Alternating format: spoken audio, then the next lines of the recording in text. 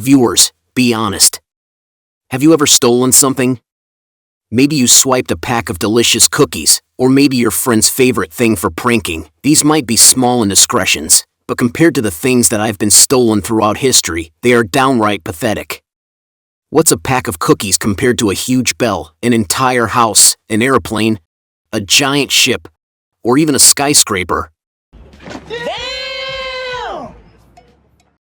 Yeah, get ready to know now the art of stealing as we look at even more of the biggest things that have ever been stolen. Enlightened by Thieves. Meditating, peace, and the sound of the bell. But the next day you don't hear the bell anymore. What would you do? For Buddhists at a temple in Tacoma, Washington, in 2015, enlightenment came as usual by letting go of material objects. This particular type of enlightenment was much more literal than usual, as it involved the loss of a 3,000-pound, 12-foot-tall copper monastery bell. Police were baffled about how thieves managed the theft due to the bell's enormous weight and size. The temple abbot speculated that the people who stole it wanted to make money with no consideration for the significance of it and how important it is in the presence of Buddhism. Indeed, bells are commonly used to signify the beginning of meditation, making them highly sacred to Buddhist monks. The thieves likely melted the bell to sell the copper or may have turned to the black market for a buyer. Easy air miles. Imagine you're ready to travel to another country, but your plane took off before the departure. Maybe thieves already decided to depart. On May 25, 2003, an entire Boeing 727 was stolen right off the Quatro de Fevereiro airport runway in Luanda, Angola. It did not have clearance to fly, it did not communicate with air traffic control, and it has never been seen again. It just veered precariously onto the runway and took off without any lights. The FBI and the CIA searched the globe for years and couldn't find so much as an in-flight peanut.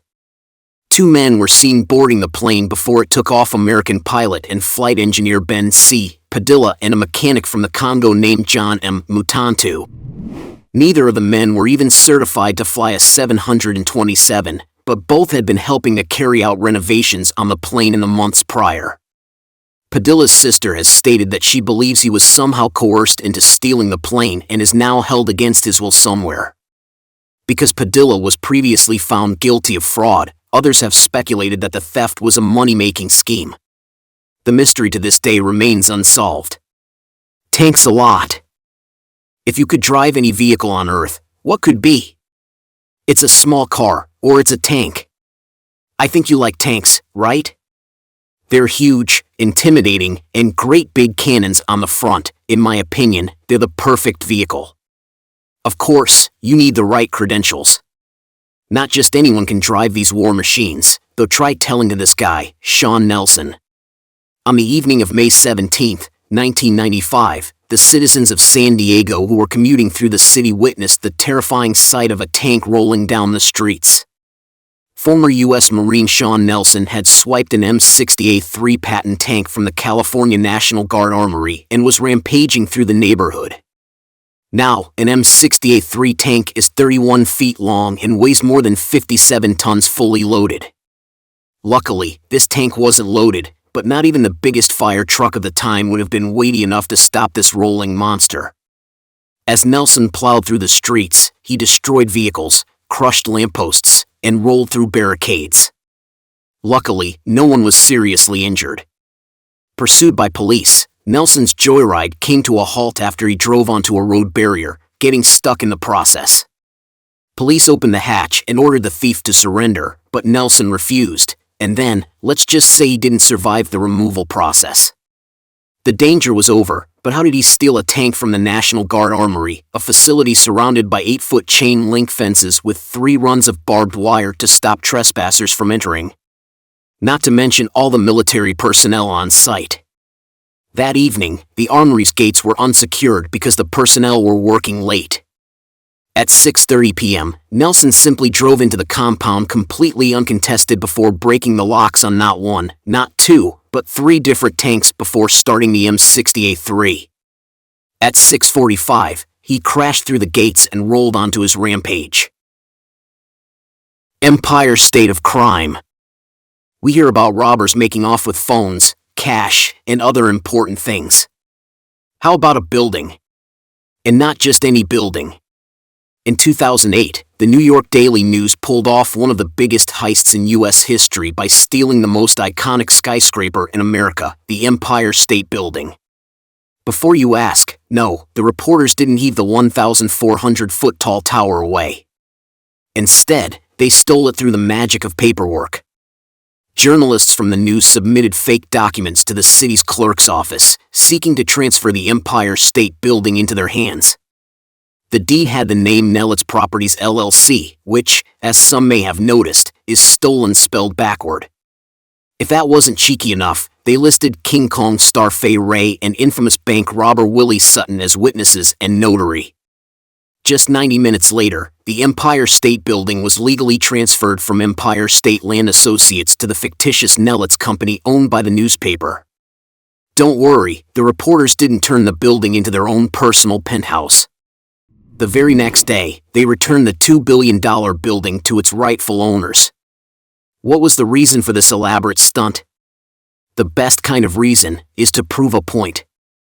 The newspaper aimed to expose a glaring flaw in the city's register office. Clerks didn't need to cross-check information, leading to all sorts of chaos in the way the city documented deeds, mortgages, and other transactions. The Daily News uncovered cases where criminals, pretending to be long-dead homeowners, snagged fake property deeds and walked away with thousands in mortgage cash. Interesting, right? Hijack ahoy! The old saying goes, the bigger they are, the harder they fall. That's certainly true for a cruise liner that was once stolen. Okay, it wasn't one of those fancy, modern cruise ships like you see in the movies. It was the Aluro, which was technically stolen way back in 1985. This Italian cruise ship was 82 feet in width at the beam, the ship's widest point for us landlubbers, and stretched a colossal 642 feet in length. That's longer than the Washington Monument, which is tall. How do you steal something like that? Surely you can't just hijack a large ship by carrying it away? That'd be far too obvious, and it'd require hundreds of helicopters to achieve. Even steering it off course would draw attention. It's way too big to steal. On October 7th, shortly after setting sail from Alexandria, Egypt, a steward found four men trying to clean petrol off their machine guns with a hairdryer. These guys had been masquerading as passengers but were, in fact, hijackers, there to seize the boat. Upon being found out, they sprang into action, charging into the dining hall, claiming there were 20 armed men on board the ship. There were only 97 passengers on board, most of whom were elderly or disabled. The other 651 tourists on board the ship had stayed behind in Egypt to sightsee Alexandria, so there wasn't much the rest could do against the four militants. The hijackers radioed Syrian authorities demanding the release of their imprisoned pals and permission to dock in a Syrian port. Syria never replied. Things were beginning to turn ugly when, on October 9th, a terrorist commander arranged for the Aluro to dock in Egypt. After trying and failing to escape, the terrorists were taken into custody with the help of U.S. and Italian authorities and convicted. The Aluro's luck didn't improve after resuming service. In 1994, she caught fire off the coast of Somalia and sank. Man, that boat just hit a wave of bad luck. Penny pincher. We always have a few loose coins jingling in our pocket, but imagine lugging around the Canadian big maple leaf. The prodigious penny was 1.2 inches thick and 20.8 inches in diameter. That's twice as big as a dinner plate. It was made from pure 24-karat gold and weighed in an incredible 22 pounds, giving it a value of $4.3 million.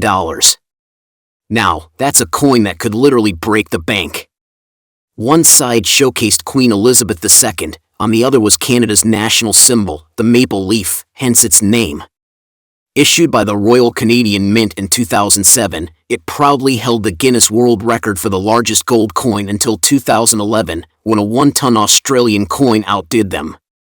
All was well in the world of oversized coins until 2017, when the big maple leaf coin was, you guessed it, stolen. It was on display at the Bode Museum in Berlin when one night, 4 audacious robbers pulled off their heist. 3 of the 4 climbed onto adjacent train tracks. Using a ladder as a makeshift bridge, they broke into the museum through a 3rd-floor window with the help of a shady security guard. The thieves then smashed through a bulletproof glass case and made off with the coin using a wheelbarrow and a skateboard. Really? A skateboard? I just assumed that a heist of this magnitude would require advanced equipment rather than random stuff you'd find in just about anybody's garage. An investigation was opened, and the 4 men were eventually arrested. Gold particles in their getaway car and on their clothes led detectives to deduce that the coin was cut into pieces or melted down and sold. Another clue came from one of the thieves' phones having an internet history full of searches on how to break down gold pieces. In court, 3 of the 4 men were found guilty and imprisoned, while the 4th was acquitted. School's out forever. Let's be honest, some days, we all wish our school would just vanish, right?